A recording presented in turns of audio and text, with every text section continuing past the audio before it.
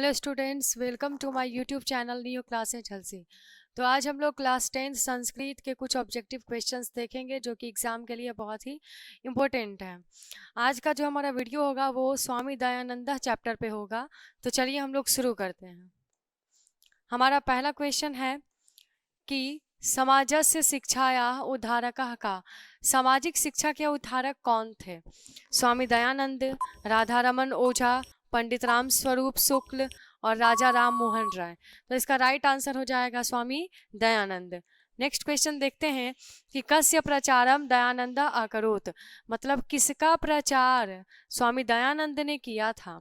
वैज्ञानिक तत्वज्ञान का, सामाजिक ज्ञान का, या नगर व्यवस्था का, या शुद्ध तत्व ज्ञान का? तो स्वामी दयानंद ने शुद्ध तत्व ज्ञान का प्रचार प्रसार किया था। नेक्स्ट क्वेश्चन देखते हैं कि दयानंदस्य जन्म कस्मिन् प्रान्ते अभवत्। दयानंद का जन्म किस प्रांत में हुआ था? बिहार प्रांते, महाराष्ट्र प्रांते, गुजरात प्रांते और झारखंड प्रांते। तब दयानंद का जो जन्म है वह गुजरात प्रांत में हुआ था। गुजरात के टंकारा नामक गांव में हुआ था। कौन सा? टंकारा नामक गांव में। चलिए नेक्स्ट क्वेश्चन है कि स्वामी दयानंद से रचना का अस्ति। स्वामी दयानंद की कौन सी रचना है? सत्यार्थ प्रकाश, रामायण, वेद और पुराण। तो स्वामी दयानंद की रचना है सत्यार्थ प्रकाश। नेक्स्ट क्वेश्चन है कि दयानंद जन्म कदा अभवत। दयानंद का जन्म कब हुआ था? 1824, 1924, 1724, 1624। तो जो स्वामी दयानंद है उनका जन्म हुआ था 1824 में। कहाँ हुआ? तो टंकारा, गुजरात में हुआ।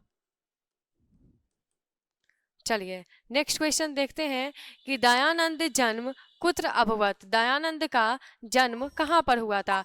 बिहार राज्य, टंकारा नामक ग्राम में, अज्ञात, पता नहीं, या उत्तर प्रदेश है। तो राइट आंसर हो जाएगा टंकारा नामक गांव में। दयानंदस्य मूल नाम किम आसीत। कहा जाता है, ऐसा है कि जो एग्जाम में क्वेश्चन आते हैं तो संस्कृत लैंग्वेज में भी होते हैं। संस्कृत में भी ऑब्जेक्टिव पूछा जाता है और फिर हिंदी में भी पूछा जाता है, हिंदी लैंग्वेज में भी पूछा जाता है। तो आपको हमारे स्लाइड में दिखाई देता होगा कि कुछ क्वेश्चन ऐसा है जो कि एक ही टाइप का है, ठीक है, एक ही चीज़ कहना चाहता है, लेकिन उसमें होता है क्या कि संस्कृत लैंग्वेज में कुछ रहता है और कुछ हिंदी लैंग्वेज में रहता है, इसलिए दोनों पर ध्यान देना है।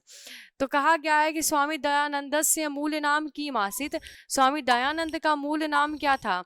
जयशंकर, शंकर, मूल शंकरा या कृपा शंकर? तब इनका नाम था मूल शंकरा। नेक्स्ट क्वेश्चन है कि स्वामी दयानंद का आसित। स्वामी दयानंद कौन थे? महात्मा, छात्र, समाजोद्धारक और स्वतंत्रता सेनानी। तो स्वामी दयानंद एक समाजोद्धारक थे, option number C. Next question है कि समाजस्य दोषान का अपनयत। समाज में जो दोष थे, समाज के दोषों का निवारण किसने किया था? तो समाज में जो दोष थे उनको प्रकट किया, उनको दिखाया और उनका निवारण करने का जो काम है वह स्वामी दयानंद ने बड़े अच्छे तरीके से किया था, option number A. Next question है कि शंकरस्य अनास्था कम प्रति जाता। शंकर, मूल शंकर के बारे में कहा गया है, मूल शंकर जिसको जो कि स्वामी दयानंद है। तो मूल शंकर की जो अनास्था है वह किसके प्रति हो गई?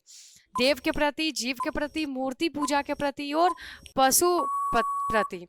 तो इनका जो अनास्था है वह मूर्ति पूजा के प्रति हो गया, जब उन्होंने देखा कि मूर्ति पर लगे हुए भोग का भक्षण जो है वह एक छोटा सा चूहा कर रहा था। कौन कर रहा था? चूहा कर रहा था।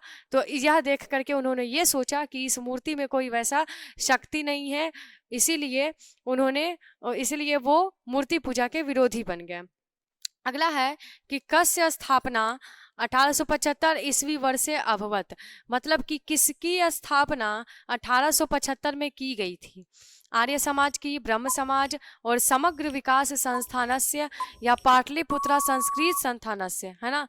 कहा गया आर्य समाज की, ब्रह्म समाज की, या समग्र विकास संस्था की, या पाटलिपुत्र संस्कृत संस्था की। तो हम जानते हैं कि जो आर्य समाज है उसकी स्थापना 1875 ईस्वी में की गई थी। कहाँ की गई थी? तो मुंबई में की गई थी। नेक्स्ट क्वेश्चन हम लोग देखते हैं कि दयानंदस्य निधना कदा अभवत, अर्थात दयानंद का निधन कब हुआ। तो दयानंद का निधन कब हुआ? 1875 में, 1883, 1945 और 1983। तो इनका राइट आंसर हो जाएगा 1883। इनका जो निधन है वो 1883 ईस्वी में हुआ था। अगला क्वेश्चन देखते हैं कि स्वामी दयानंद के बचपन का नाम क्या था। तो स्वामी दयानंद का बचपन का नाम मूल शंकर था, ऑप्शन नंबर सी। अगला क्वेश्चन है कि स्वामी दयानंद का जन्म किस परिवार में हुआ था? अधार्मिक, एकल, संयुक्त और कर्मकांडी। तो जो स्वामी दयानंद का जो जन्म है वह एक कर्मकांडी परिवार में हुआ था। ठीक है, option number D. Satyarth Prakash के लेखक कौन है? सत्यार्थ प्रकाश के लेखक कौन है? विवेकानंद, दयानंद, विरजानंद या परमहंस। तो स्वामी दयानंद जो है वह सत्यार्थ प्रकाश नामक ग्रंथ के क्या है? लेखक है। कहा गया DAV, है ना, DAV विद्यालय की स्थापना कब हुई थी? 1880, 1983, 1883 और 1875। तो 1883 ईस्वी में DAV विद्यालय की स्थापना की गई थी। यही मृत्यु का ईयर भी था, है ना। मृत्यु का जो वर्ष है स्वामी दयानंद का, स्वामी दयानंद की जो मृत्यु है वो भी इसी ईयर में, इसी वर्ष में हुई थी। ठीक है, ऑप्शन नंबर सी। अगला क्वेश्चन है कि स्वामी दयानंद संस्थापक थे ब्रह्म समाज, मानव समाज, पशु समाज और आर्य समाज। तो जो स्वामी दयानंद है वह आर्य समाज के संस्थापक थे।